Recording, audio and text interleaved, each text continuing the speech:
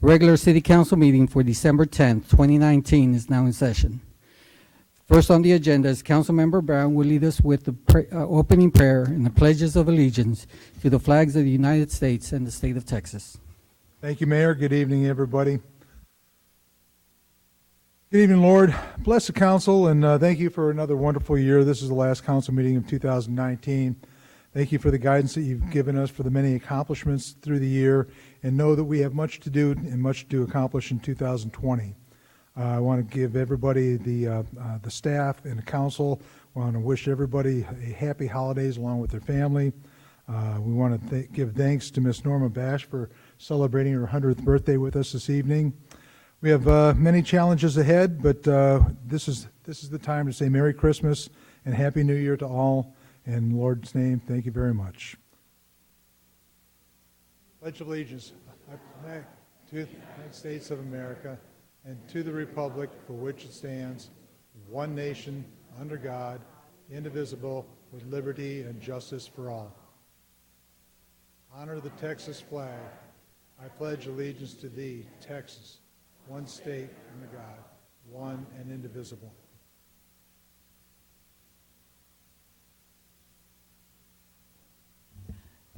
Okay, next is a presentation, the proclamation. I'll head down over here so I can go ahead and read the proclamation.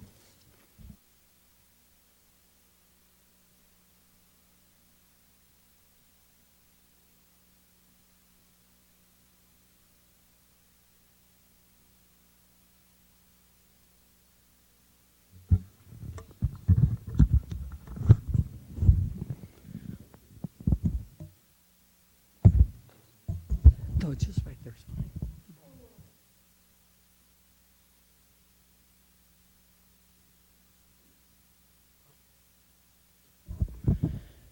The City of Schertz proclamation recognizing the 100th birthday of Ms. Norma Basha.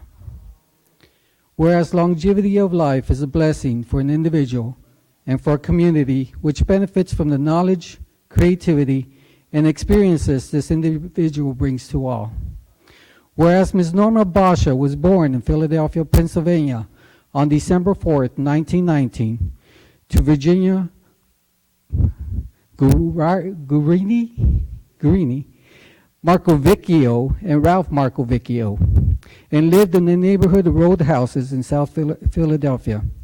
Today, she lives close to one of her sons and his family in Schertz, Texas. Whereas Ms. Norma Basha's husband, brothers, sisters-in-law, and cousins are not here for this achievement, there are many who watch in amazement at her ability at 100 years of age to recall with clarity details of her life from over 90 years ago. Whereas historically, Ms. Basha has seen the Roaring '20s, Prohibition, the Great Depression, party lines to cell phones, biplanes to moon landings, the birth of the digital age, and 18 U.S. presidents. During World War II, she worked for the Quartermaster's Corps as a seamstress, sewing chevrons and parachutes in support of the war effort. Both her husbands and brothers also served during World War II. Ms. Basha has 4 children, 8 grandchildren, 9 great-grandchildren, and 2 great-great-grandchildren. She also has several nephews and nieces. Ms. Basha attends the Church of Good Shepherd and still enjoys cooking. Whereas to her longevity, Ms. Basha credits, I never drank alcohol, I stopped smoking cigarettes in 1986, I eat a Mediterranean diet, I take naps throughout the day, and most importantly, I moved to Texas. Her next goal in life is to take one day at a time and hopefully celebrate her 101st birthday. Now therefore be proclaimed, on this, the 10th of December, 2019, I, Mayor Ralph Gutierrez of the City of Schertz, and citizens of Schertz, Texas, honor Ms. Norma Basha for her long life, prosperity, and wish her many more. Ms. Basha, congratulations. You reached the milestone many of us want to achieve, but very few get there. Happy birthday, happy 100th birthday, Ms. Basha.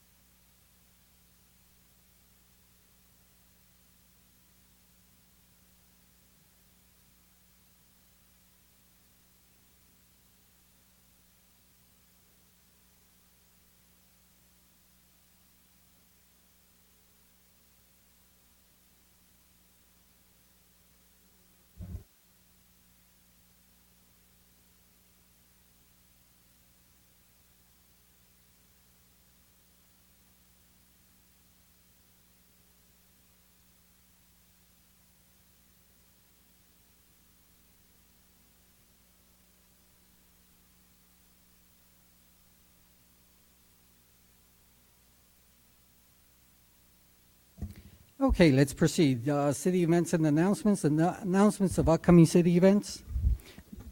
Ms. Gonzalez? Yes, thank you, Mayor. So on Wednesday, December 11th, there's going to be a blood drive in the municipal building front parking lot from 8 a.m. until noon. You can contact Tyler Bowker at 210-619-1410 for more information. On Friday, December 13th, there's going to be the Swim with Santa event from 6 to 8 p.m. at the Schertz Aquatic Center, and it will be in a heated pool. On Wednesday, December 25th, city offices are going to be closed in observance of Christmas Day. On Wednesday, January 1st, city offices will be closed in observance of New Year's Day. And we'll be back here on Tuesday, January 7th for the first city council meeting of the year at 6 p.m. Thank you. Thank you. Next is announcements and recognitions by our city manager, Dr. Brown. Thank you, Mayor. I just have one tonight, and that's a big thank you for the Parks Department for doing a great job with Holidazzle. I thought everything was very well done, and they worked extremely hard to make it a success, put all the details in it. I thought all the events went very well, so Lauren, congratulations to you and the department. Also like to recognize the police department for their great work on the parade and managing all the traffic and everything that went with that. So appreciate all the hard work the officers put in on that. So thank you very much. Announcements and recognitions by myself. I want to go ahead and repeat that. The Holidazzle, thanks to all the city staff who made this event happen. We really do appreciate it. A lot of positive comments. Job well done. Thanks, guys. Okay, next is the hearing the residents. No one signed up, so we're going to go ahead and move on. Next is consent agenda items. Item number 1, approval of minutes of the regular meeting, December 3rd, 2019. Item number 2, resolution number 19R168, a resolution by the City Council of the City of Schertz, Texas, authorizing a public library interlocal agreement for mutual access to cloud library digital services and other matters in connection therewith.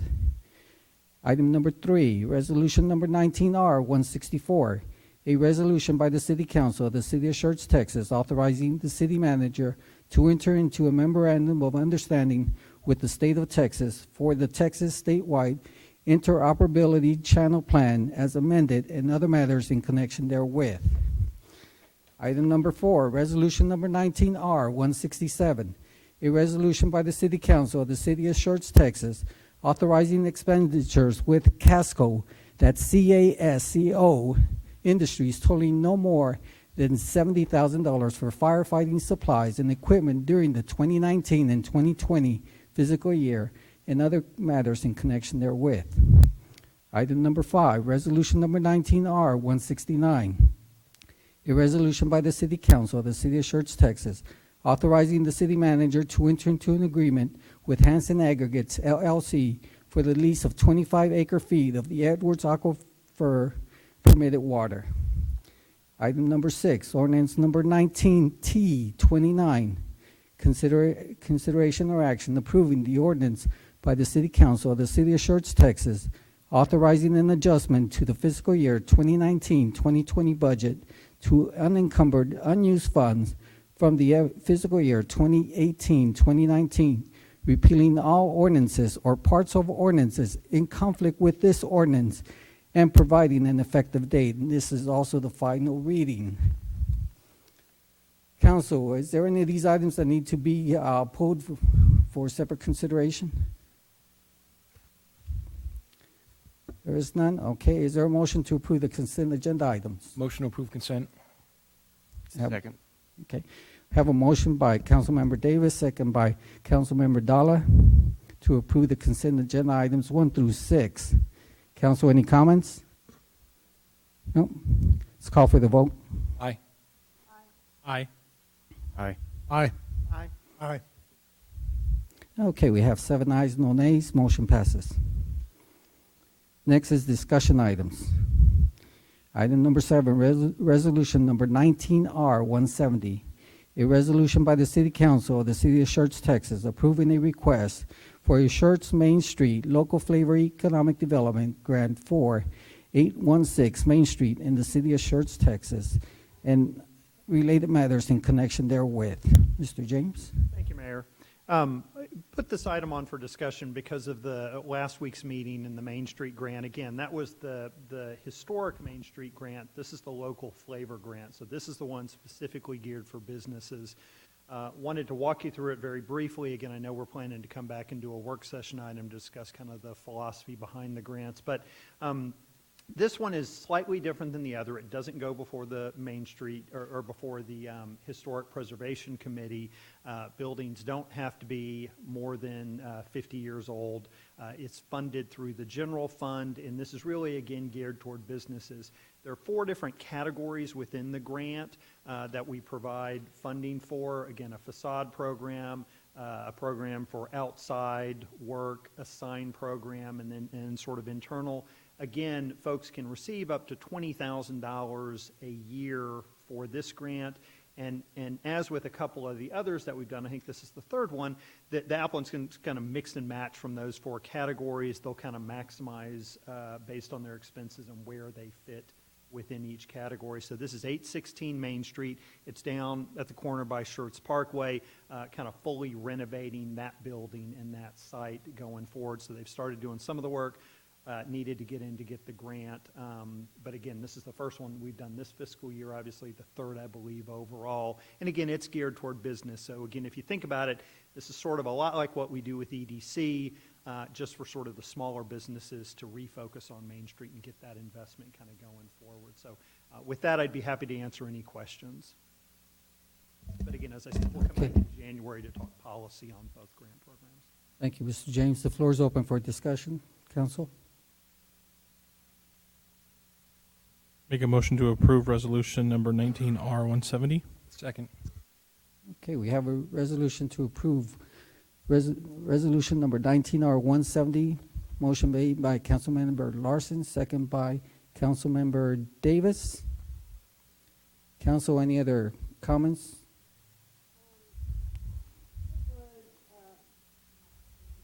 Yes. Thank you. I feel like I kind of need a little more information before I can make a fully informed decision. So on the vote, would I abstain at this time? Correct? No. Okay. I think you can either abstain or vote against. I really don't want to vote against, but I just cannot vote until I get more information. In good conscience, I can't. Yes, ma'am, and I certainly understand that. And again, this is one that I appreciate the comment and the feedback last meeting. Again, the applicant was under a bit of time crunch needing to kind of go, but so I can respect that. I certainly understand it, and we'll come back with that work session in January so that going forward on these. Right. So the local flavor is businesses. It's not before the Historical Preservation Society. Yes, ma'am. And how is this different from the one last week when that was a rental property, but this is a business? So in that sense, I will say it's you can argue that the owner of it, the rental property, it's a business for him, but it's a residence in terms of an occupancy code. This will be a commercial business going in to the property. That's what I needed to Yes, know. ma'am. Thank you. Okay, I apologize. That's fine. Okay. Okay, for the record, Councilmember Scott, a abstain vote is considered no vote. I understand that. Okay. I can vote now. Thank you. All right. Council, any other comments? Okay. Motion was made by Councilmember Larson, second by Councilmember Davis. Call for the vote. Aye. Aye. Aye. Aye. Aye. Aye. Okay, we have 7 ayes, no nays. Motion passes. Okay, the chair recognizes City Secretary Brenda Dennis, who will provide the roll call confirmation. Yes, sir. Consent agenda items 1 through 6. Motion was made by Councilmember Davis, seconded by Councilmember Dalla. Mayor Pro Tem Brown, Councilmembers Davis, Scott, Larson, Dalla, Scaglio, and Hayward voted yes. No one voted no. Motion passed. Item number 7, resolution number 19R170. Motion was made by Councilmember Larson, seconded by Councilmember Davis. Mayor Pro Tem Brown, Councilmembers Davis, Scott, Larson, Dalla, Scaglio, and Hayward voted yes. No one voted no. Motion passed. Thank you, Ms. Dennis. Next is workshop. First on is workshop number 8, which is a Schertz Area Senior Center Operation Update. Ms. Lauren Strum.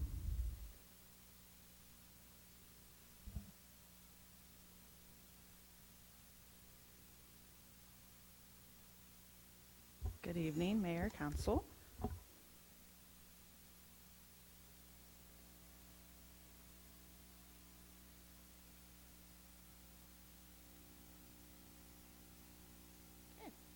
My name is Lauren Schrum, Director of Parks and Recreation, for those that don't know me. I'm here tonight to give you a little bit of an overview on our Schertz Area Senior Center. It was requested a couple of meetings ago. So there's a lot of data here. I'm not going to spend a whole lot of time on every slide, and I'll come back for questions if you have them. So our Senior Center was established in 2010. It's a facility owned by the City of Schertz. The programs are managed and operated by the YMCA through a public licensed facility agreement since 2015. We do have a congregate meal program there, and that is funded by the City of Schertz as well. Membership of the Senior Center, anyone age 50 and up residing in the surrounding community can be a member of the Senior Center. The fees are $36 annually per individual or $62 annually per couple. Since November of 2015, when that contract with the YMCA was initiated, membership has increased from 399 members to 1,756 this year. So we have seen some growth. Also, since that time, attendance was about 1,820 members per month because we track a daily attendance coming in and out of the center. This year, monthly attendance was at 2,758 for the last month. And a lot of this data comes from our partners at the Y. They do a lot of the tracking for the programs. So membership by city. I know this has always been a question that I get asked a lot. So here are the numbers per city. You can see Schertz there is 739, Cibolo 393, San Antonio 150, and it just goes down to the smaller communities there. If you want to see what it looks like as part of the pie, distorted there, sorry. 44% of the total membership is from the City of Schertz, 23% from the City of Cibolo, and then you have your other cities there, Garden Ridge, Converse, Selma, UC, and beyond. And this is kind of what the membership residency looks when it's mapped out.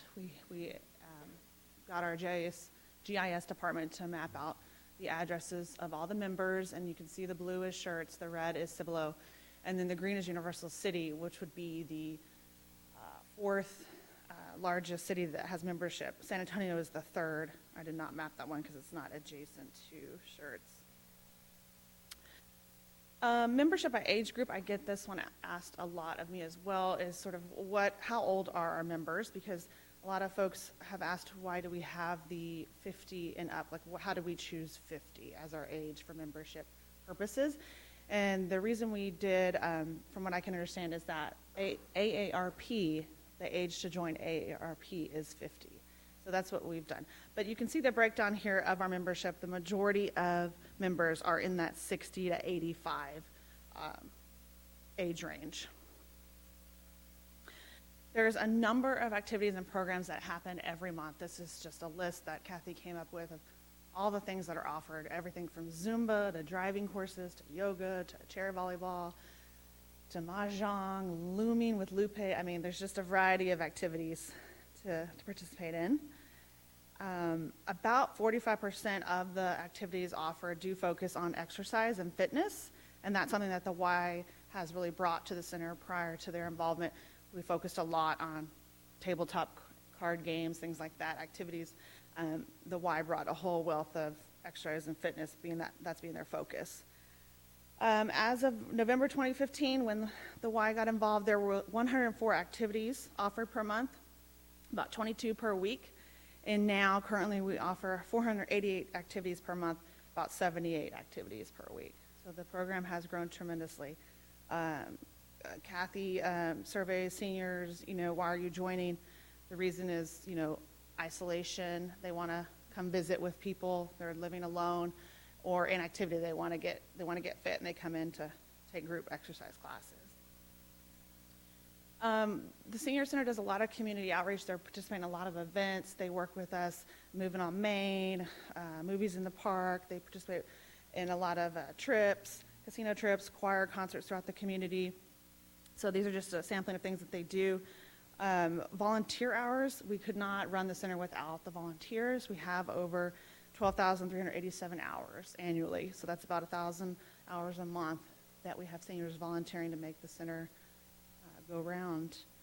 A ton of community partners are involved in the senior center. They provide programs for free, they sponsor bingo, educational materials. These are just a sampling of all the community partners that we have. These are just some statistics that Kathy had gathered on the aging population, and they're important. It's kind of why we do this. 2030 marks an important demographic turning point in U.S. history. Baby boomers will all be older than age 65, so 1 in 5 residents will be retirement age. So that'll be a big shift in 2030. So a little bit more about operations. Like I said, the programs are managed and operated by the YMCA. The management fee that the city pays is $145,235 per year for that service. The major building maintenance is still funded by the city because we own the facility, and we spend approximately $11,600 per year in utilities, landscaping, tree trimming, maintenance costs, things like that. A little bit more about the congregate meal program. We provide, again, the free lunch to all seniors age 50 plus. We average about 80 to 100 meals per day, depending on what's going on at the center. Bingo days, we have more than 100. That's the popular day. We are budgeted $114,000 per year for that congregate meal program. The 18-19 actual was $102,717.75. So we came in under budget. The two goals of the program really are to serve a nutritious meal for seniors that meets those federal dietary guidelines. Often this is the only meal of the day for some of those folks. And then to encourage socialization, to fight the isolation, because we know that's bad for their health and the outcomes are worse when they're isolated. Not every member participates in the meal program. That's important to distinguish here, and as we go through all this data, I'll try to make that clear. Only about 350 are signed up to eat lunch on a regular basis out of those 1,700 members. So here's a snapshot of October 2019. These are the congregate meal participants by city. So about 58% that were eating meals in October were from Schertz, 18% were from Cibolo, 7% from Universal City, and so on.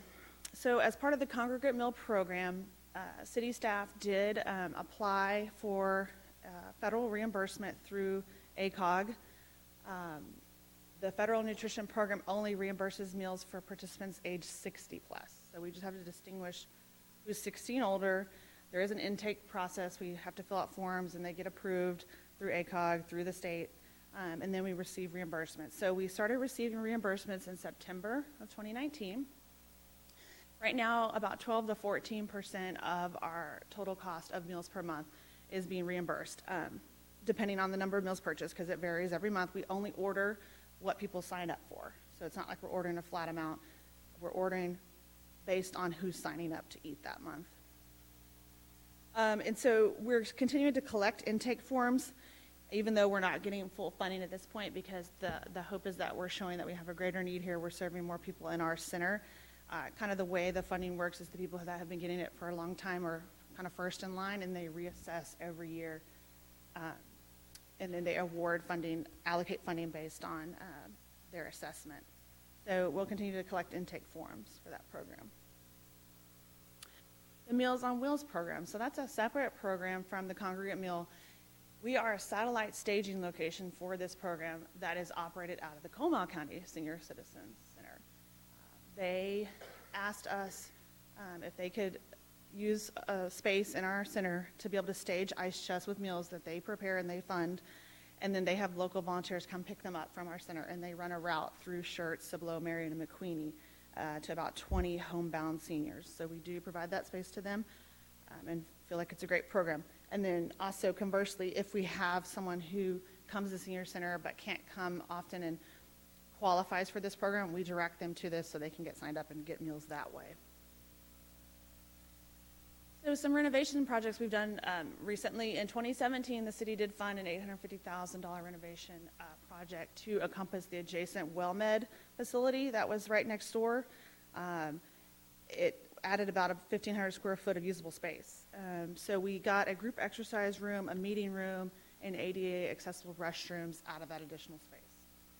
Our current restroom facility was not truly accessible, so this was a good addition to the center. We also have a parking lot renovation project. It's budgeted at $50,000. It's planned for this year. It's not yet constructed. We're going to demolish the existing median, reconfigure the space, restripe, and we're going to hopefully add about 28 spaces to that lot, which is much needed as parking is at a premium, especially on bingo days.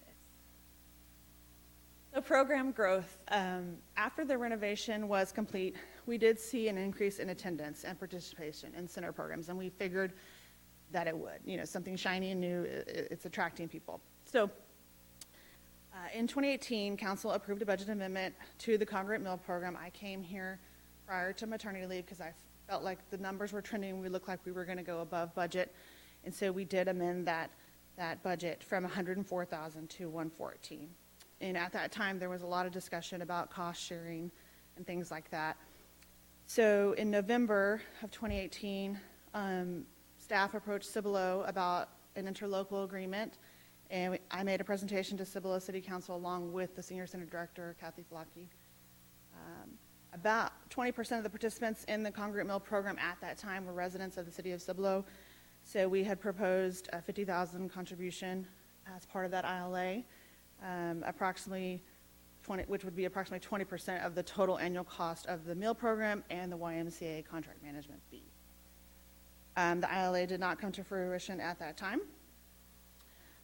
So fast forward a few months, and this last couple of months, the Senior Center has experienced a little bit of growing pains. Some of the group exercise classes have become very, very popular. You probably heard from some of those seniors.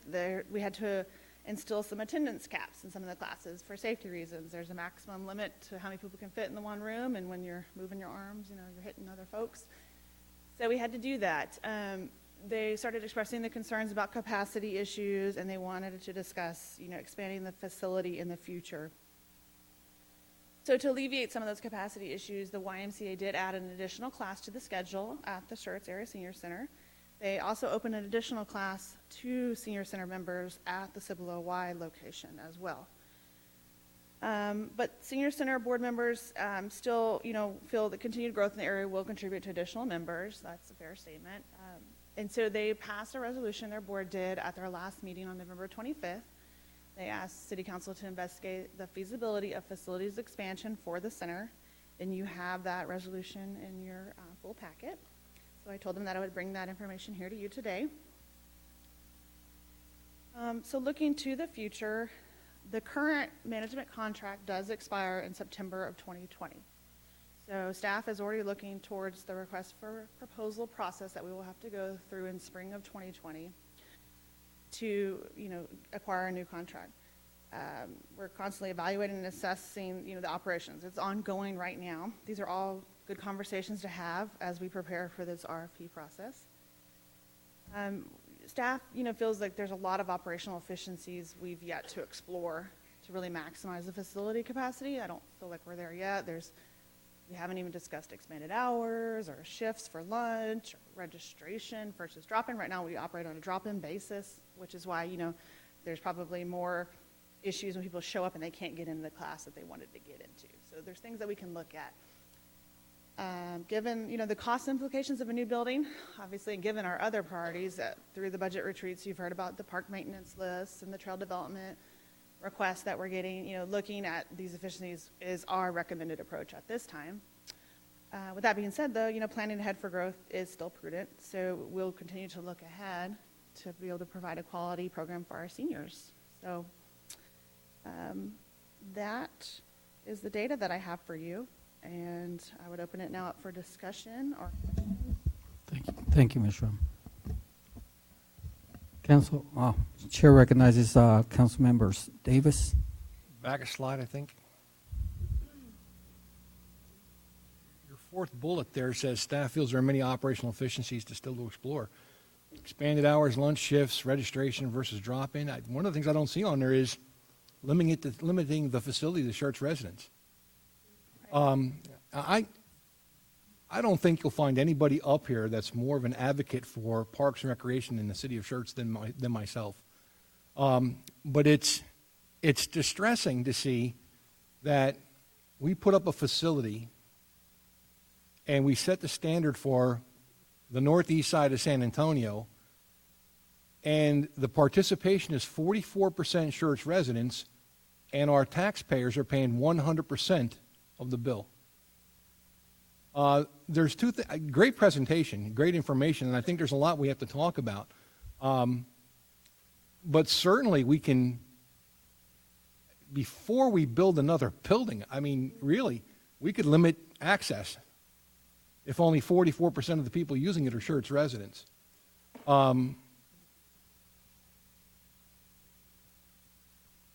Even on your first slide, when we talk about the cost of membership, what we pay for this, and the fact that we have if you go all the way back, a flat rate for a single or a couple, again, we charge the same amount for a non-resident to use this facility, this program, as we do a resident.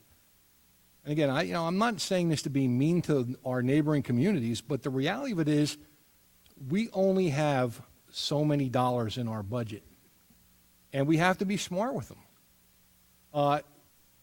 We approach a local community and say, oh, by the way, you're the second biggest user of our facility, and it goes nowhere. That was very distressing to hear that from my perspective. I know how important the senior center is. I've been there many times. The people absolutely love that facility. They love the programs that we've been putting on there. But again, I just don't see how we can keep on offering up services for everywhere in the northeast San Antonio area on our tax dollars. That's my perspective right there. Chair recognizes Councilman Hayward. To piggyback off of Councilman Davis, as far as membership fees, I'm thinking a possibility of having the outside of the city pay a little more to be a resident, because when you're in a Y and you use your city Y and then you want to use other cities' Ys, you have to pay a little bit more because you're not in your city or you're not in the area. So to pay more to use multiple facilities, you pay more at the Y. Because I know the senior center is important, and I know that a lot of the Schertz residents also have Cibolo friends, and they want to all be together. But at some point, I think looking at that, and also, as you said, looking at a better or more efficient ways of handling the classes, i.e. registration, maybe that will help out a little more, and some of this can be put to bed for just a little while until we can look toward the future to see where it goes. Okay, Councilman Della. Councilman Dalla, yes. Okay. Okay. I pretty much concur with what Councilman Davis and Councilwoman Hayward said. I'm not very comfortable with the idea of providing facilities that are over capacity for residents that are outside our city limits. There's obviously, you said, ways to increase efficiencies, and if we have the capacity and the ability, I don't have a problem with sharing that around, because the senior center is an important part of our community. It's a very intentional decision that we've made to support our seniors, and it's a worthwhile expenditure of our tax dollars for that sense of community that we're building. But we also have to pay attention to the bottom line as stewards of those tax dollars. And I think that's certainly something that we need to visit, both on the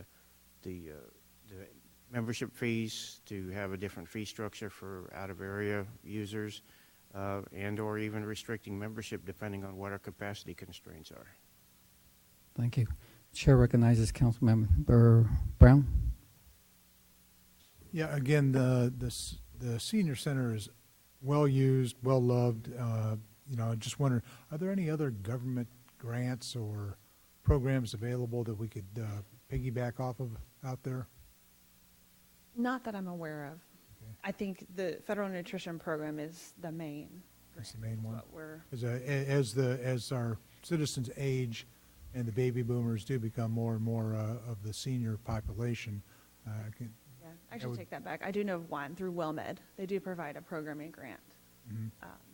is there anything that we can find out there that could help offset dollars? And I really think that we need to go back and talk with our neighbor at Cibolo there. I realize that they just built their own YMCA facility, and that we're getting some overflow use between the two cities, but at the same time they have a very large population that I believe that we need to re-energize the look at. Thank you. Chair recognizes Councilmember Scott.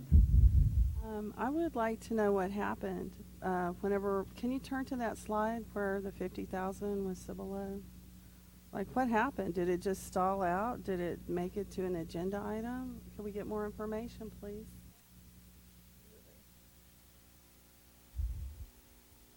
Huh?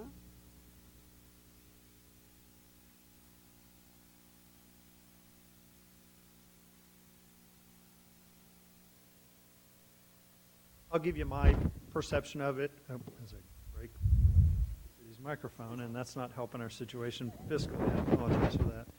And again, this is my perception. I certainly don't speak for you guys as council and don't speak for Cibolo, but from watching the video and the conversations I have, it was sort of a mixed bag. I would say that most of the members of the council seemed supportive of making a contribution.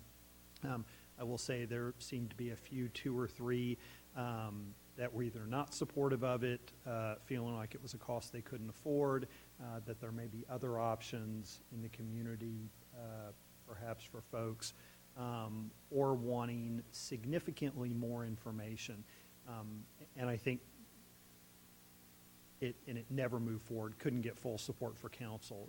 They came back with a whole list of questions, detail, and I said, frankly, we're just not there as a program. If you want utility costs and maintenance costs, we just don't have that. We're just, as a city, we're kind of moving. We're trying to get better at those things, don't have it. But I think what I would say is there wasn't full support on council to move forward with it. And that's the reason it dropped at this point. They knew they had the request from us. They knew it was didn't move it forward. Yeah, I mean, that's exactly what happened. I think that there was lack of consensus on the council, and the requests for information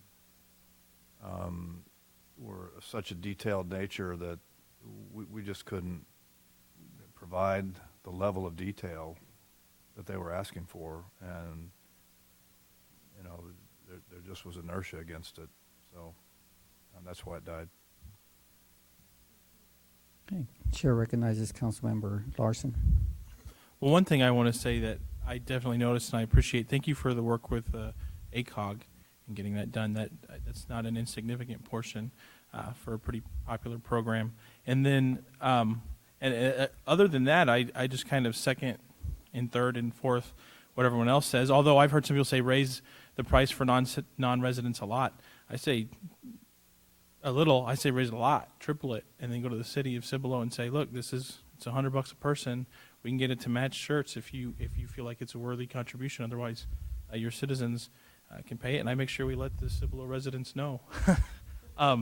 So exactly why that happened, because I think one, there's an actual economic result that it'll alleviate capacity and still potentially give people the opportunity to participate. And then it looks like capacity is definitely an issue and it's going to continue to be an issue. But until we resolve the percentage of people using versus contributing in terms of communities, it's hard to invest in further expansion. But good job with the work on the meal program, and appreciate that. Okay, Chair recognizes Councilmember Scagliola. Yeah, I've been dealing with the seniors since they had their hot meals program over at our community center, And it's been interesting over the years seeing how much interest has taken place once we moved it to the old library, and membership grew, and it grew, and it grew. And, you know, they say if you build it, they will come. Well, that may be true, but there's got to be something special that brings people back. And apparently they have something going on that keeps bringing them back. Most of the comments I get from the seniors are very, very positive. There's a couple of concerns, but anytime you have an operation going on like that, you're going to get some concerns. As far as the dues go, yeah, there's no reason in the world why people from outside the city shouldn't be paying higher dues. The problem I have is the dues don't go to us in the city. The dues are going to the YMCA. So I'm wondering, you know, if the dues come in, will the amount that we're paying the YMCA be offset by that amount? Because if it's not, hey, the city of Schertz is still paying the full load. You know, the city YMCA may get reimbursed. As far as space goes, apparently there is adequate space right now, and I give credit to the YMCA for accommodating the extra exercise programs that they're putting out, and they're finding additional rooms to do the exercising in. So there's adequate room now. The thing is, if we restricted it to Schertz residents, there'd be adequate room for a long time to come. But I don't know if that's the direction we want to go. So I'm curious as to any expansion plans. If so, where and how? And I know you're good at reimagining things. So I'm just wondering if you have any ideas at the moment. None. Okay. Go ahead. I think, Councilman, we've had a couple conversations, and I'll certainly chime in if Warren didn't want to. I think a couple things that we thought about. We've certainly looked at the numbers as well, and one of the issues for us has been, I think along the lines of what Council's saying, is it really our obligation to provide for the expanded facility, or is it an area that as cities around us grow, San Antonio's growth continues further out, that another community picks up that mantle, that responsibility, they build it, we're able to keep ours the same size because, again, it siphons off some of those members. And that's one of the issues. Even if we were to say, no, it's important, it's on us, the question is, do we expand the senior center or do we build a second facility? Obviously, there's some additional cost, but one of the issues we had, and we've talked about before, is accessibility. How easily is it for folks to get here? Do we do better to move it in different parts of town to really capture a population that's less mobile going forward? But I think my position, I understand Warren's, and she may not disagree, is at some point, at this point, haven't been necessarily supportive of how do we grow the facility as much as, I think along your lines, as San Antonio grows, do they build another facility? Does UC grow their facility? Does Cibolo grow facility? And we were chatting during the presentation, I think a couple things that we've seen happen. One is that membership has grown quite a bit, and you know, I think I would agree with Warren. Primarily, it's because we offer, our senior center offers a very, very wide array of facilities. The fact that we have the Y managing gives those people access to those sort of things, and so I think you get some folks coming up because, oh, the Schertz area senior center offers this and this and this that others don't. I think a couple of it, if you go back to the map, the scatter plot, it's a proximity issue. Ours is the closest for those folks in San Antonio, beyond the one that's further down the south, and then the one that's on the other side of 35 at Judson or Chopper Wine, wherever it is, off to the other side. And then New Braunfels, I think we pick that up. So I think there's good and bad, and I would chalk part of that, that Warren would entirely, up to the YMCA. Again, they've got a really broad reach. They're real supportive of our events. I think the fact that the Y operates it and is able to tie those things in is why we're getting folks from outside. And that's a little bit of the issue with the membership dollars, and I think that's something we have to look at when we redo the contract, because those were nominal to begin with. There were very few members. It wasn't much money. The Y wants to roll it back into doing some things great. As the membership goes up and those numbers get bigger, particularly if we charge more for outside residents, I think that's something we redo in the contract to offset our cost from those things that roll back in. I will say this, the other thing that Lauren and I have had a lot of conversations about is we've relied on partners to do a lot of our recreation programs, both DBYA, the soccer programs, running the rec center as well, running the senior center. And I think one of the things that some who've been here a while I've said is, in the past, didn't think we were ready to do it. I think now it's incumbent on us that when we go out for this RFQ that we have a comparison of what would it cost the city to operate this program, because I think we're big enough, we've got a strong enough team in parks that if we said no, because of cost or because of our ability to do it, I think we have to have that comparison. So I think what we'd expect is parks to pull together, here's what we could do taking it in-house, here's what we got from outside, and we expand the choices for council. But I think certainly with the way the membership's grown, we'd redo the contract going forward to offset our cost with those memberships, because it's more than a nominal amount of money that it had been in the past as a result of the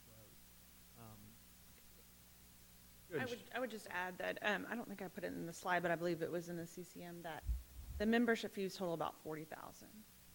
It's not as much as we think. There's actually quite a few seniors who actually get membership for free based on being members of Silver Sneakers or other health insurance programs. And then YMCA is really good about that, about finding people who are eligible for free membership and signing them up, and that is part of the growth, I believe, in addition to the fact that we do have a really good facility. We have pickleball at the rec center, we have aqua aerobics at the aquatic center, we have what other senior centers do not have. Other senior centers focus on the card games at the table. They don't have the facilities that we have, so that has contributed to the growth. And I would say, in talking with Freddie and Kathy, when we came to them and said, no one's applying for this RFP, YMCA, will you take a stab at it? We said, here's what we're doing. We wrote a scope. It was very general. We're asking you to do more and grow, and they've done that. They've actually done what we've asked them to do, so now we have a good problem to have. A lot of people using it. And I did want to clarify, I don't believe the resolution from the senior center said they actually wanted Schertz to build a joint facility with Cibolo. They really do enjoy, to Councilwoman Hayward's point, being there with the friends in the community, because although we are the city and the city and the city, it is one community, and they like the fact that it's the area. People can come together. So. Yeah. It is interesting. You made a couple of good points. First off, the partnership we have with the YMCA, a lot of times it doesn't get any better than that. I'm very appreciative of that. And yeah, I don't want to cast the city council in Cibolo in a bad light either. I know they were approached, but yeah, I can understand why they have a lot of questions. Before you write a check for $50,000 or so, you're gonna have a bunch of questions. Tell me, do we have the answers to their questions now, after conducting operations for a year? No. And they were really detailed operations, very specific breakdowns. And frankly, as much as we've done with kind of cost splitting out, from our perspective, it's always been, I can get a ballpark figure of some operational kind of cost. As we grow those years, we probably want to do better. But from our perspective, it's not worth staff's time to get into the minutia that much with it. We've got a lot of other things that we need to be doing. Okay. To give you my perspective, again, not to be critical, I was not of the impression, hey, if somehow I can give you this, it'll be satisfied.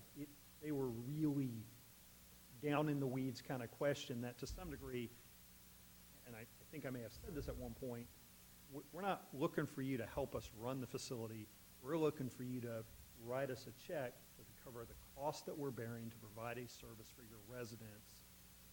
Not necessarily want to, I mean, again, I think, certainly happy to hear what people think about it, but we have to make the decisions we have to make in terms of how the facility is operated, and I can't have a bunch of different folks chiming in on Yeah. how it ought to be run. It's really for council to give us direction and us to carry it. Well, it's kind of interesting because just about every time I go over there, Mayor Stosh is there, or Councilmember Hicks is there, and we get along very, very well. Maybe it's not the type of thing that should be put under a microscope by the city council. I'm just wondering, maybe it's the city manager tasking or something to dot the i's and cross the t's, because the impression I get is they're members of the council are in favor of some type of relationship with the city. So I think some of them are. I think some are very supportive. Some are very supportive, but they certainly, I don't know if they didn't have a majority, but they had enough to. okay, then that provides us with options also. That's right. Pay or play. It's as simple as that. I was just going to add, some of the questions. It was very detailed. It was, and I made it clear, we don't have the maintenance management software to give you a detailed number as to what we spent on that building. We had to go through to get a ballpark and look at purchase orders, and see, well, was this at the senior center? Was it not? I mean, that's the kind of work that we had to do Yeah. to kind of get even these ballpark numbers. We couldn't give them a facility cost, but then again, we weren't asking them to contribute to the facility cost. We were asking for 20% of the meal program and the YMCA. Yeah, I hear you. It That was- sounds reasonable to me. Nearly $1 million we put in Right, that renovation. year in renovations and facilities. Yeah. I do think their staff was receptive.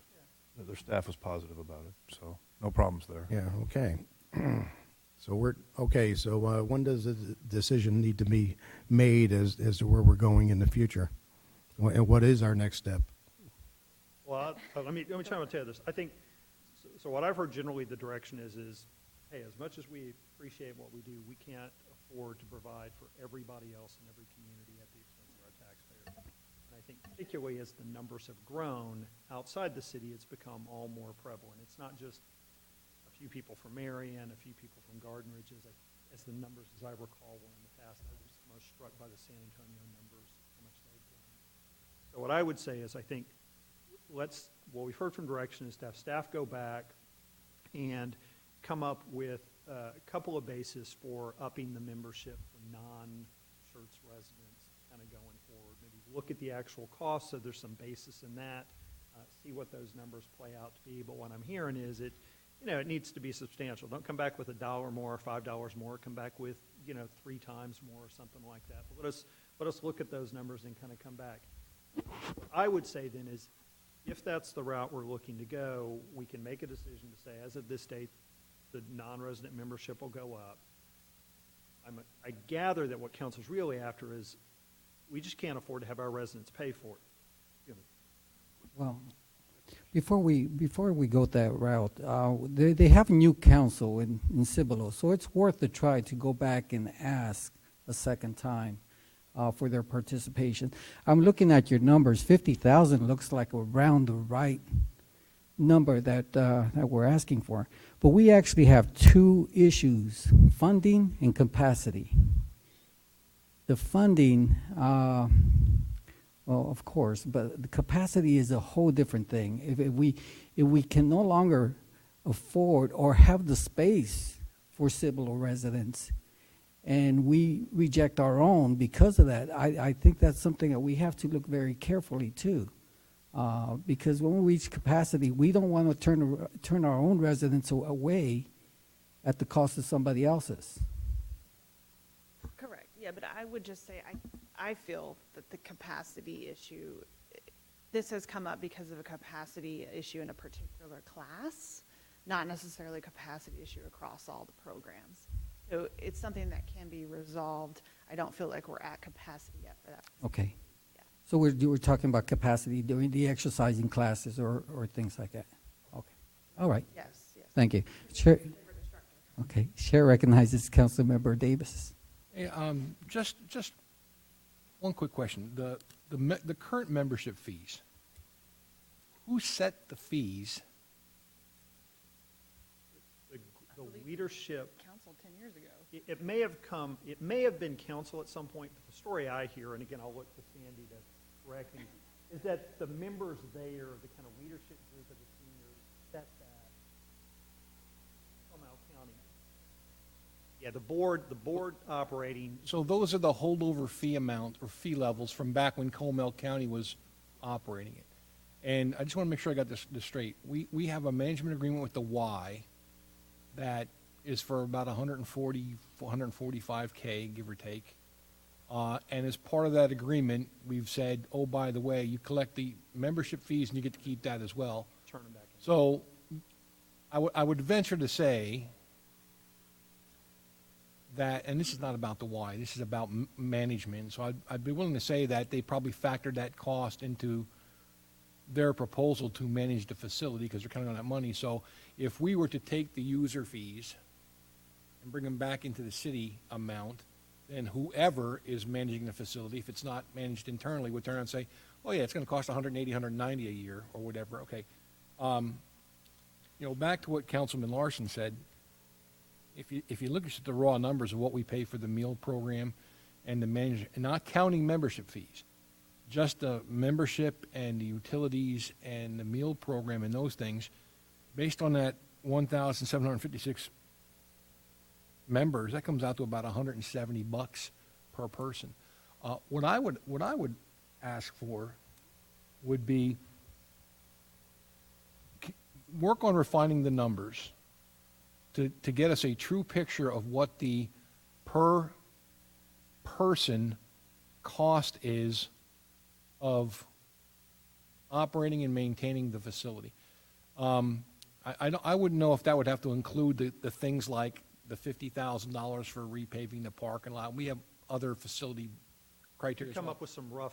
But if we had the numbers of the per person cost, then I think council could make a recommendation on how much we would want to underwrite a resident's portion of that cost or its entirety. And then the other thing I would like to see is you mentioned about running the numbers of what it would potentially look like if the city were to run it in-house. I would rather see those numbers before we go out and do the RFP for the next year, because I'd be willing to bet that the RFP numbers for the next year are probably going to be the same or a little bit higher. They typically don't go down. If they do, they don't go down that much. I'd rather see what the city's vision, the staff's vision would be to fund this to operate this in-house. Because if the numbers are favorable and that's something that the council wants to consider, then there's no reason to go out for RFPs the next year. We could just plan to take it over when the contract is due to lapse and plan a transition period versus doing an RFP and doing our internal analysis and then working it out that way. Might buy us a little bit of lead Okay. time. Or even maybe, and let me offer this, because I appreciate it. The other is kind of, what could we get, and I think it's twofold. What would our cost be and what would our level of service be if we did it in-house? Sure. And then that becomes the barometer. Now, if council's so happy, we can say, yep, we want to go with it. Or we say, that's our fallback position. And frankly, those numbers are out there public, and people kind of have that to submit based on knowing, hey, this is kind of where we are. We're not looking for gold-plated. We're looking for managing efficiencies and do some things like that that may help us get something better. Thank you. Okay, Chair recognizes Councilmember Hayward. So the senior center falls under Parks and Recs. So my question is, if we're talking about doing something in-house, what aspects would that be? And would we still, and I mean, I know you're going to run the numbers and give us some apples and apples, because I'm thinking about how busy you are now at Park and Recs. And then taking on a facility and facilitating all of the things that the Y does. Not saying that it can't be possible. I just know that with our city staff is that Or would you facilitate that with someone else by them doing those? No, I mean, the assessment would include staff. Okay, That would be, that would be running, yeah. okay. Yeah, it would be a feasibility. Essentially, expand the why, 145,000. We probably wanted a couple of scenarios, but, you know, how many people does that let us hire? Right. Whatever. Okay. That's what we. Okay. How many staff does the Y dedicate One to it? full-time, Just one, right? 2 part-time, one is a fitness instructor and one is a custodian, and then a bunch of other contract instructors. They rely heavily on the other facilities, yes, as backup, that's the other thing. They can be lean because they can radio for assistance if they need to, and things like that. Yeah, the manager on duty is always, somewhere in the complex. Thank you. All right, thank you, thank you. All right, Mayor, can we just summarize then? We're going to go back and we're going to look at how much this would cost us to internally manage the program. Fee structure as well. Correct. Maybe do it in 2 parts. We can probably do the fee structure first, so if council's interested, we can kind of come forward with, here's what a fee structure might be like. Probably take us a little more time to work up what the program is in terms of staff. So if you want it all at once, we can do that. If you want us to do in phases. I think having the whole report will probably be best. Okay. Okay, thank you. Okay, let's proceed. Item number 9, our city secretary, Brenda Dennis, will provide city council liaison appointments.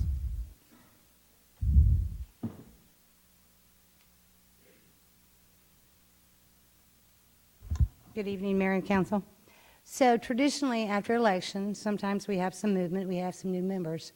What we do is, this is the time for the sitting council that had liaison appointments and the new ones. There's some vacancies because we have some members that have left.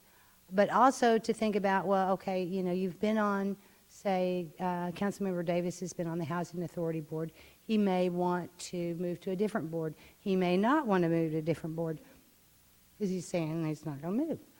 But this is your opportunity. I provided you information about each of the board liaison positions.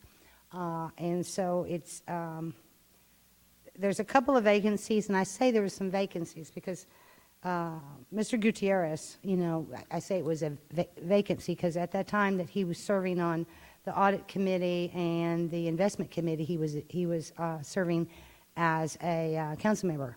So he may want to stay, on those boards, but that's why that appeared to be a vacancy. We do have some vacancies that Councilmember Edwards did hold, so it's very important to fill those for sure. We have to have representation with the CVLGC, the Cibolo Valley Local Government Corporation, so we definitely need somebody in there. Councilmember Edwards also was on the interview committee for the boards, commissions, committees, and the information in your packet is what they do.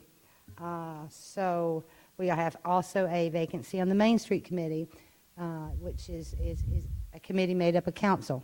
So we have a vacancy there. Okay. So it's time for you guys to think about it, discuss it. I mean, this information was provided in your packet. You don't have to make a decision tonight, but if you so choose and, what you desire, we can make some adjustments and, let me see what y'all believe y'all want to sit on. Okay, thank you, Ms. Dennis. I'll leave it up to you, Mayor. Let's first address who wants to come off any other current assignments. Let's see what's available. Okay, Mr. Brown? I'd be happy to vacate the audit committee and move to the Main Street committee if there's a vacancy. Okay. So we have a vacancy on the audit. Any other members? Okay. Okay. You wanted to go to what board? Doctor? We're just discussing removals. You wanted to go to the Main Street? Yeah. If it's available. And on the interview committee, if you can take my name off the interview committee also, Ms. Dennis. All righty. Okay, so those are the only 2 removals we have. Let's go ahead and discuss some of the new appointments then. Okay, Mr. Davis wants to remain on all his boards, all his committees, okay? And Ms. Councilmember Scott? Yes, I'm kind of tied to my schedule as being a teacher, and so I can work in the evenings anytime, like 5 and past. It's very difficult to go to meetings that take place during regular business hours. So with that being said, the two that I am available for are the interview committee, because Ms. Dennis, you indicated that those take place at about In the evening, 5:30 or that is so. correct. I could do that one. And then I don't want to take the Main Street Committee if Councilmember Brown wants to, because I respect him so much from our years on the EDC, and I think he should have that opportunity if that's his passion. Okay, we'll add Ms. Scott to the interview committee and Councilmember Brown to the Main Street. And I think Councilmember Hayward wanted to be added to the Main Street committee also. No, that's fine. I don't think there's another opening. But it is a scheduled meeting anyway. There's not, We had 4. We have four. Okay. so have we filled the vacancy, are we leaving you, Mayor, on the audit committee? Yes, Okay, audit so and there won't be a investment. vacancy then. Mhm. What, Well, I was saying that I'd be happy to vacate the audit committee. that and is correct. That is correct. Main So then we're going to put, okay. And Okay. I would take the audit committee. Okay, Okay. we'll have Councilmember Hayward on the audit committee. And if no one else wants it, since I'm speaking, I'll take the Cibolo Valley as well, unless someone else wants it. That will be primary position. You need a primary. Primary, because I believe Dr. Scagliola, you are the alternate He's the member, alternate. correct? Okay, so Hayward wants to take the But we'll make primary, it the primary, okay? or Michael Dalla, yeah, Okay. I'll need to decide. With Councilwoman Scott on the interview committee, then that would be the maximum number of council members for interview committee. Yes, so we'll have Davis, Scott, and Dalla on the interview committee. Yes. Okay, any others, Councilmember Dalla? So it looks like we have the positions filled as y'all. Oh, that is correct. Are you staying on that, Yes, I'm staying on that you one. staying on that one? Yes, we have one other person there is Councilmember Hayward. Okay, so I'm there, There's so two. if you're going to stay on that, then, okay. So there's still one vacancy on that? No, there was only one, sir. And that was because he was the council member, that Mr. Gutierrez was a council member. So he, as the mayor said, he was going to go ahead and stay on that. I Okay, think we're so all we're good on set. that one. Okay, so, Mayor? yes, Mr. Dollar would like the Cibolo Valley okay, so we're going to committee, so I will relinquish that to him. Okay, so Ms. Hayward's coming off the Cibolo Valley, Right. and we're putting Councilmember Dalla. Okay. Okay, So Hayward would be on the audit committee. And I'm also, You're on the interview committee. and on the interview committee. Interview committee? from planning and zoning, I'm still currently chair of the TERS 2 board. Okay, so Okay. you would be the, I'll go ahead and okay, continue you'd doing be the that. TERS. Okay, very good. Okay, let's recap then. On audit, we have Gutierrez, Davis, and Hayward. Yep. On Main Street, we have Davis, Larson, and Brown. Yep. On investment, we have Hayward and Gutierrez. Yes. Interview, we have Davis, Scott, and Dalla, and Councilmember Scagliola as an alternate. Housing, we have Davis. TERS, we have Davis and Dalla. And Dalla? Mhm. Hal Baldwin Scholarship, Scagliola. SSLGC, we got Scagliola as a primary and Brown as the alternate. Cibolo Valley, we have Dalla as the primary, Scagliola as the alternate. And Animal Services, we have Hayward. That's correct. Oh, just a question on the TERS board, that doesn't require a P and Z member? There can be 2 council members? It doesn't require, so we can't have two. Good, that's great. Okay. It looks like we have everything filled. I appreciate your time, and we'll make the adjustments on the next agenda. Thank y'all very much. Okay, let's go ahead and then proceed. Then item number 10 is the Schertz Economic Development Committee, the annual report for fiscal year 2018 and 2019.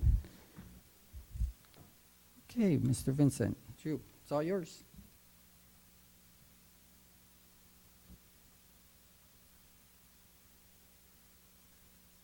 Brenda, for the presentation? I'm not. Just the one I sent to y'all. Just the presentation that I sent to y'all.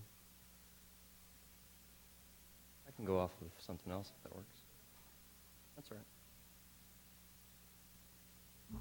Got a backup plan. Good afternoon, Council and Mayor. My name is Drew Vincent. I am the Recruitment and Marketing Manager for the City of Schertz Economic Development Corporation. Amongst my responsibilities, one of the tasks that I have every year is putting together our annual report.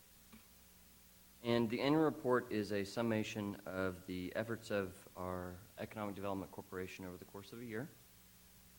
And what I plan to do is to walk y'all through the narrative, the report itself, to give you an overview of exactly what's in it, how you can find information in the document itself, as well as the 10 key highlights from this previous fiscal year.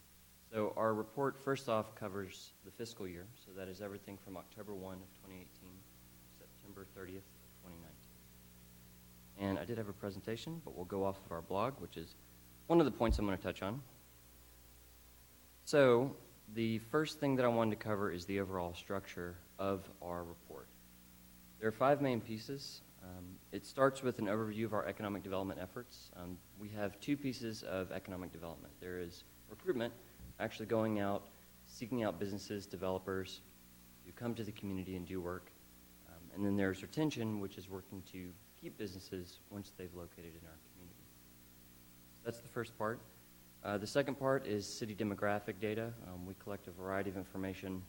Economic development is really a data-driven field. And so we collect a lot of information, and then we try to put that in a format that is very understandable so that we're meeting with site selectors, businesses. We can express the major highlights of our community and better sell our community for them to locate here. The next piece is details on active projects. Projects is any incentivized project coming from the San Antonio or the City of Schertz Economic Development Corporation. We have an overview of our real estate market in Schertz, and then the final piece is our annual financial summary. So this is a breakdown of where our finances are at the end of the fiscal year. So in our annual report, there is a mix of narrative and data. If you're someone like me, I started as an analyst, so I'm a very hard numbers person. I like to go and look up the exact amount that folks are paying per square foot for our commercial buildings. I'm very nerdy like that. So I like to look at specific figures. Our report has that. However, if you're someone who likes more context, what exactly does that number mean? I want to get more of a picture of what's going on. We have a series of narratives in the report as well that talks about not only our real estate market, but efforts that Jennifer Colby, our business retention manager, has been working on over the course of the year. You can find a variety of information in that report. So regarding the highlights, and this is essentially what I was going to present on, is summarized here in our blog post, which I'll go through. Major highlights are going to include, we have a series of key performance indicators that we are held to every year. We like to make sure that our efforts are producing results and also that we're improving in our economic development work. So you'll see mention of we've exceeded our number. That simply means that we have exceeded the performance indicator that we had set for ourselves. So first, we exceeded the number of inquiries that we generated over the course of the fiscal year by 24. An inquiry is a company or developer who is seeking to learn more about Schertz. They've asked for specific information about our community. The second major highlight, we attended 12 recruitment events ranging across the United States. This is where we actively go out. These may be trade shows, they may be meetings with companies of interest, where we actually go out, talk up Schertz, and answer any questions, and really start to formulate a relationship with these individuals who might locate in our community. The third major takeaway is we increased our SchertzEDC.com page views by 55%. If you're unfamiliar with our website, I have pulled it up. There's a variety of information about our economic development efforts here in the city. I really recommend you check it out. It's one of our key pieces of getting our name out there and following up with individuals who are interested in locating not only in Texas but in the San Antonio region. So we increased our page views, which is people just coming to the site and starting to explore what Schertz is about by 55%. Something we're very proud about. The fourth major takeaway is we produced 13 blog posts. This is an example that I pulled up of one of our blog posts. This is simply a highlight of our annual report, but there's a variety of other blog posts that I really recommend you check out. There's everything from summations of our retention efforts. Jennifer Colby, again, from our office, she does great work in terms of getting the local school district connected with our local manufacturers. You'll see write-ups on that as well as photo shoots. I really recommend you kind of dive deep into the blog posts that we produce. So we did 13 blog posts this year. The fifth major takeaway is we exceeded our business retention and expansion roundtables by one.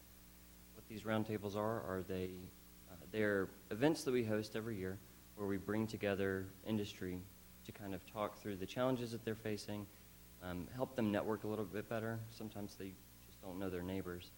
And also to introduce them to city staff who can help them problem solve so they have an actual connection and a face instead of just the city. So we exceeded our roundtable goal by one. The sixth major takeaway, we hosted 4 hiring fairs, which in total brought in 450 job seekers. Hiring fairs are a very successful event that we've had for a couple of years running now. What that has taught us is that not only are there some really qualified individuals seeking jobs here in the city, but our existing companies are looking to hire, so it's a good match. And those have been very successful in previous years. The seventh major takeaway, we host an event called Manufacturing Day. And if you haven't heard of it, it is an event where we connect our local school district with our manufacturers. It's been a very successful event. We have really good attendance. We have a good relationship with our school district and our manufacturing community. So this is a perfect fit for us. This year, what we focused on was connecting girls with STEM. So what we were able to do is bring in just female students to go and tour a facility like Caterpillar and really get a sense of, hey, if you have an interest in the STEM field, you can apply it in your own backyard in a manufacturing career, which does offer great benefits, great pay. You should consider this. So we were very proud that we got to host that this year, and we also finished the upcoming fiscal year's Manufacturing Day, where we also focused on girls in STEM. We very much like this approach. It's worked out really well. So we're very proud of that. Our eighth major takeaway, we entered into an incentive agreement with Nexus Medical. Last month, Nexus Medical hosted their groundbreaking. They're up in the industrial park just behind the Baptist Hospital. Our ninth major takeaway is that we developed a reserve strategy, or rather our board did, a reserve strategy for what to do with SADC funds. They wanted to strategically look at both the short and the long-term usage of those funds and look kind of longer term as to, as our community grows and we take in additional funding, what do we actually want to spend that on? There's a good couple of pages in the annual report. I really encourage you to dive deep into those. It's a lot of reference documents. It's got the word appendix, but don't be scared by that. It simply summarizes the work that they put in over the course of the year to better understand our community, where they want the community to go, what the community is saying. So really encourage you to look at that piece. And then our 10th and final major highlight for the year, we saw 10 major developments that were completed, accounting for roughly 500,000 square feet of space added to our real estate market. So that's not just industrial. That takes into account retail, hotel, civic projects such as school expansions, that kind of thing. So with that, those are the major takeaways from this report. I did include a hard copy for everyone on the dais. However, as you can see, this is our website. It is available to the public. Anyone can click download and explore it in depth. And with that, do you have any additional questions for me? Thank you, Mr. Vincent. The floor is open for discussion. Council? No questions. Okay, let's go ahead and move on. Oh, I'm sorry. Councilmember Dollar? Well, first of all, thanks for what you guys do. I think it was about 2 or 3 years ago they announced that it was the first time that we'd been able to collect more than 50% of our tax revenue from businesses instead of from the rooftops, and that's based on the work that you guys do, and it's much appreciated. One question I have is, you know, it's pretty obvious we have several million square feet of warehousing space, and I'm just wondering, you know, what's y'all's strategic plan for the future? You know, what's next after the warehousing is no longer as viable as it is, and, you know, is there another type of industry that we're targeting instead of just more and more warehousing? Yeah, there's multiple parts to that question.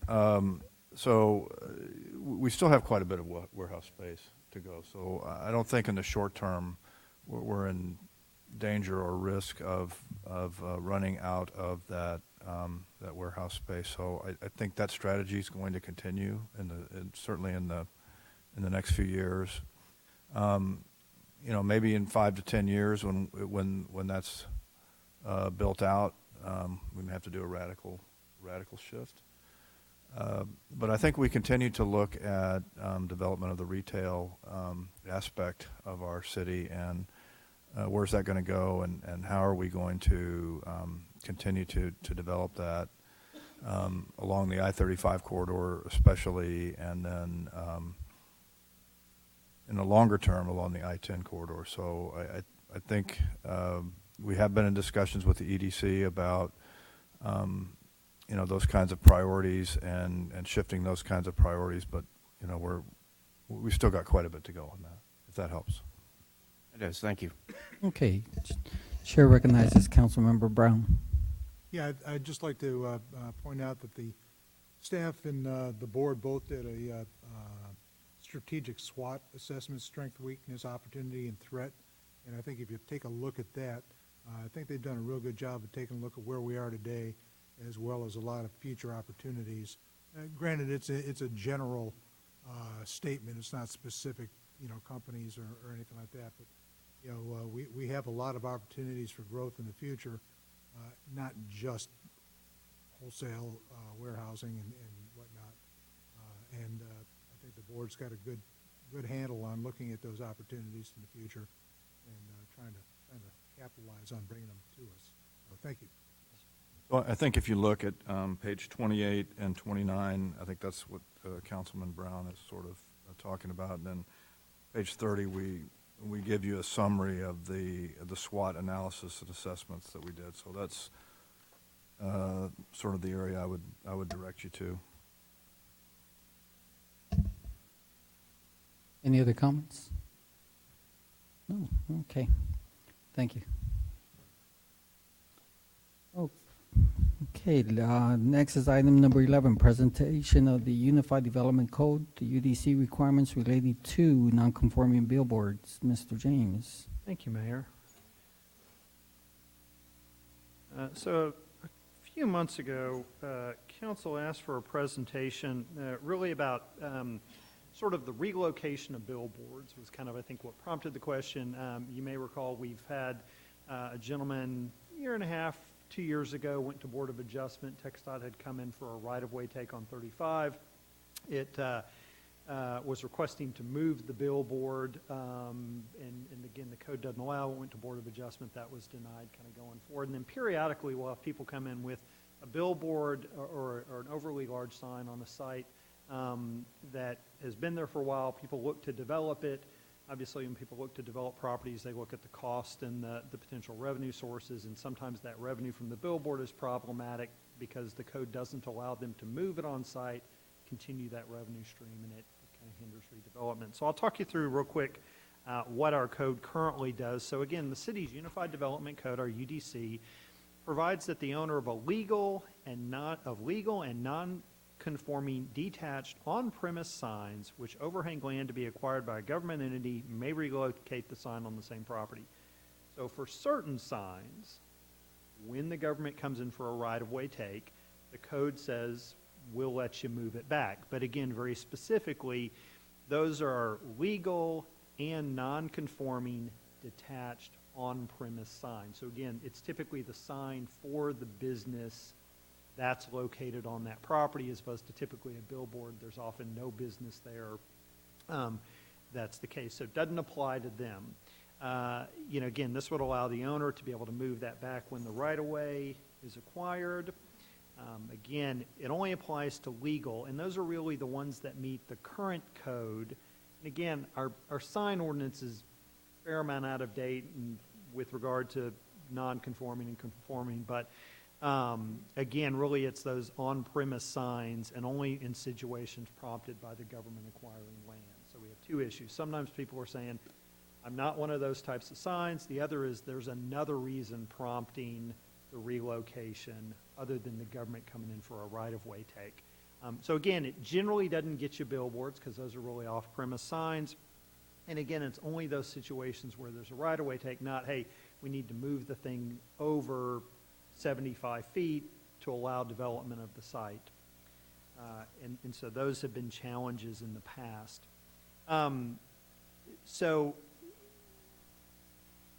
you know, one of the benefits of having that provision for signs to be able to move is that typically when the government comes into a take right-of-way, it looks at what's the effect on the value of the property, the revenue stream, things like that. And so again, that billboard is factored in. So you could argue one community benefit of allowing them to move it is it reduces the cost to take that right-of-way because it reduces the impact, the financial impact on the property owner due to the loss of revenue.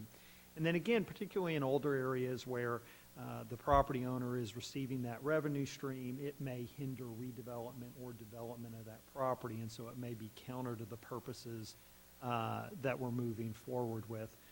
So those are the drawbacks of not allowing the relocation. The reason typically cities don't allow the relocation is because they don't typically allow those billboards or those off-premise signs for new folks going forward. And this is a way to kind of weed the old ones or the existing ones out over time. And I will say I think it depends on where a city is relative to kind of how many overly large signs they've got and things like that, and how many billboards and how they feel they need to be. There's some communities that were inundated, really made a push to reduce them. There are others that say, yeah, we've got some, but not too many. Don't kind of mind them. They come in useful at times. Again, as you know, the city, we own a billboard and we advertise on it. So again, I think we've seen certainly there can be some benefits to having some of that signage to catch people's attention sort of going forward. Those are sort of the philosophical. I will say certainly, as Dan knows, there have been some court cases recently that kind of probably are prompting cities to have to relook at signs and how they define things and word things. And so that kind of creates a challenge why we haven't necessarily tackled what we have currently. But what we could do if council were interested is we could amend the UDC to essentially allow the owner of a non-conforming detached sign to relocate the sign on the property, so long as they don't increase the size of it or the height of it. But basically it lets them move it, and the idea would be is some of these signs that are older aren't necessarily in great shape, don't look really great, maybe have multiple poles, 3 or 4 supporting them. We said, well, if we got to move them back and put it on a single monopole, it may in fact look nicer going forward. You know, we could require the lighting to meet current standards where it may not if it's currently a lit billboard. So we could easily amend the UDC to make this sort of narrow provision to allow people to relocate these additional signs. You could also not necessarily limit it to typically what we think of as billboards, but if you've got a business owner and they're trying to redo their property, they've got an overly large sign it doesn't technically meet, you could make the provision to make it easier for them and say, yeah, you've got what you got, let you keep it, let's help you to kind of redevelop, reinvest, and look nicer. We may have to make a few other tweaks in the codes with that. And I will say that the sign portion is probably one of the sections in the UDC that most needs kind of a comprehensive overhaul, which is a really big undertaking. We're not really prepared to do that. But this is probably one that, depending on how much input council wanted from the community, if you said, well, I would think all those owners would typically like it. There's not a whole lot we need to do. We can vet it through P&Z because code changes go to the Planning and Zoning Commission. This is one that staff could pick up and fairly easily kind of run through because it's pretty narrowly tailored. If what we get is general consensus from council that, yep, this is what we need to do, you guys don't need to mess with it. We may tinker with the wording if need be if you don't get it quite right, but we can certainly knock that out and move it forward. How broad you want to make this in terms of saying, look, all existing signs, if you've got it, as long as you don't increase the size, the height, make it worse, we'll let you move it on the property or relocate it even to an adjacent property if you're wanting to deal with those situations. Doesn't increase the number, just keeps what we've got. And that is it in a nutshell. Thank you, Mr. James. Council, the floor is open for discussion. Anyone? Oh, Councilmember Larson. I think I do remember this discussion, and for me, I think it makes sense to create a provision. I mean, I don't mind there being some finagling with that, but if the government comes and says, "Hey, we need you right away," let them move what they got. Don't let it, don't let them play the system. I don't want them to get a bigger, taller sign, but Understood. I'm all for letting them move what they got. Okay, Chair recognizes Councilmember Brown. Okay, great. I don't know how many properties this is going to affect, but the I-35 expansion program that's coming up, I know that as they expand the frontage roads, there's going to be some government purchases, and I don't know how many signs might fall under this, but I think it behooves us to stay ahead of the game for that, if nothing else, as well as the fact that, let's be realistic, not everybody can afford a new $40,000 digital sign just because it has to move 5 feet. So, I'm all in favor of updating the UDC, absolutely. Okay. Chair recognizes Councilmember Dalla. Just say, coming from P&Z, I remember the specific case we're referring to. The person came and spoke to us, and historically on P&Z, we've been very restrictive on signs, on the sign portion of our ordinance. On a personal level, I think we've been a little bit too restrictive, but certainly I would like to see this go back to P&Z and let them discuss it and see what they come back with as a recommendation for us to take up. Chair recognizes Councilmember Scagliola. Yeah, I don't see a problem with relocating a sign so long as it could be done without creating other problems. One of the things, though, the safety concerns, updating a sign probably nowadays probably costs a lot more to make sure it's safe than it had in the past. And the other thing is the LED ones. LEDs still cause a lot of problems. There's a lot to be considered with those LED lights. So I was hoping we wouldn't just say, hey, okay, fine, whatever you want, have at it. We should still provide some type of restrictions for certain types of signage. We'd have to work with the attorney to see to what degree, how narrowly we could tailor, if we could, include some language that it's a similar type sign that wouldn't necessarily allow the, we can take a look at that and see what options are out there. That's all I have. Thank you. Okay. Chair recognizes Councilmember Hayward. I'm going to concur. I think we need to make the adjustment to allow for that, especially with, I-35 expansion, and seeing if it's too restrictive, finding ways to maybe not be overly restrictive, but still keep within, using common sense, but keeping within our UDC. But use a little common sense on some things. I mean, because I know that sometimes it's a little strict, and then we don't, because of what the code is, we can't always say, yes, it's okay, because this is what our code says. So I don't know if that's something that could be. Understood. Yeah, I think, and that's a good point. I think this is where sometimes understanding the philosophy of council is helpful. Again, we've talked about this a lot. I think there's some things in the code that we can build in criteria on which decisions are based. I think there's some other things that are tough that you can argue either way. But understood. Yes, ma'am. Chair recognizes Councilmember Scott. I remember when I worked in media for many years, the city of San Antonio did a very good job with restricting the amount of signs compared to some cities. You mentioned that, because when you go to some places in the country, it just looks like a signorama, and it detracts from the natural beauty of it. I like restrictions if it keeps with the aesthetic vibe of the city. I don't like restrictions for the sake of restrictions. I believe government is best that governs least. I'm not suggesting that. But I do like, we have a right to have I like standards by the same token. And I like where you're going with this, to allow the individual freedom, but not just like a free ride and you just do whatever and go for it. Thank you. Okay. I think the direction the council wants is that for Planning and Zoning Committee to vet the changes or the edits. So what we we'll can do move is forward. Mayor, if I may, we'll probably come back with a philosophical discussion for P&Z first, kind of get their feedback initially, and then we come back a second time with some draft language and kind of work it through that way again, so that we're not necessarily predetermining what they need to do, let them kind of talk about the issue and then come back. So we can come back in fairly short order, matter of 3 or 4 months, I would bet. All right. Thank you. Thank you, Mr. James. Okay, let's proceed. Requests and announcements. Announcements by city manager. Just have one announcement tonight, Mayor, and that has to do with Council on the Go. So I just wanted to, we've included the master calendar in your reading material. But our plan for Council on the Go is to have 2 sessions this year, not 3. And that would be February 18th at Corbett Junior High and May 19th at Scenic Hills. And the rationale is that our 3rd session was very poorly attended and requires a lot of staff work, staff time. So it just didn't seem to make sense that we would include 3. But I want you to be aware of that to see if there was any feedback for me on that. Okay, thank you. Okay, next is council. Any possible items that you'd like to put on future agendas? Councilmember Brown?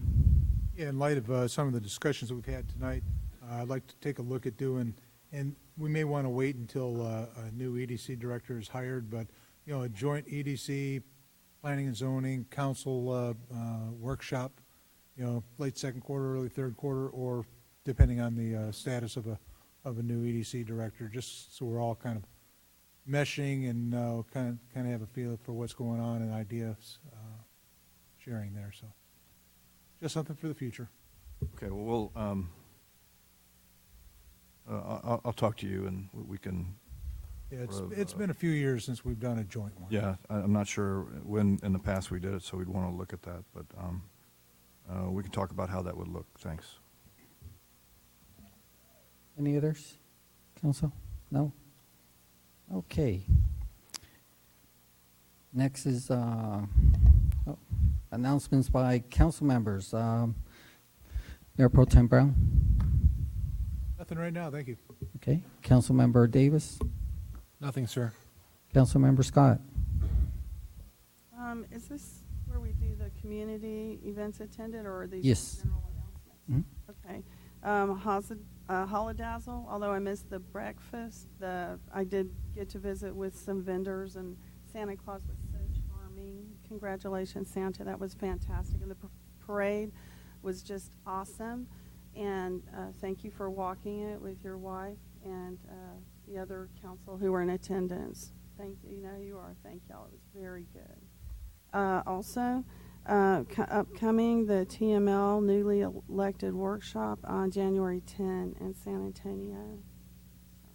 Okay. Councilmember Larson? Nothing. Councilmember Dollar? I attended the Holidazzle parade. Missed out on the pancake breakfast because we're doing the final touches on our Discovery 4-H float, but kids had a great time. It was a great event. Thanks staff for putting on a fantastic event for the community. And then the following afternoon, attended the Holiday in Blue concert with the Air Force Band of the West as a guest of General Linderman. And thanks to the folks there at Joint Base San Antonio for inviting us. Okay. Councilmember Scagliola? Yeah, thanks, Lauren, Mary, for putting on that Holidazzle. I'm even getting used to the name Holidazzle. I don't know why it kind of grows on you after a while. Air Force Band of the West. Hey, anytime you get to go see a concert being put on by professionals like that, it's going to be a good time. And also attended a kind of a mini concert over at the Senior Center this morning. Very well presented. That's all I have, sir. All right. Councilmember Hayward? Yes, I attended the JBSA P4 leadership meeting.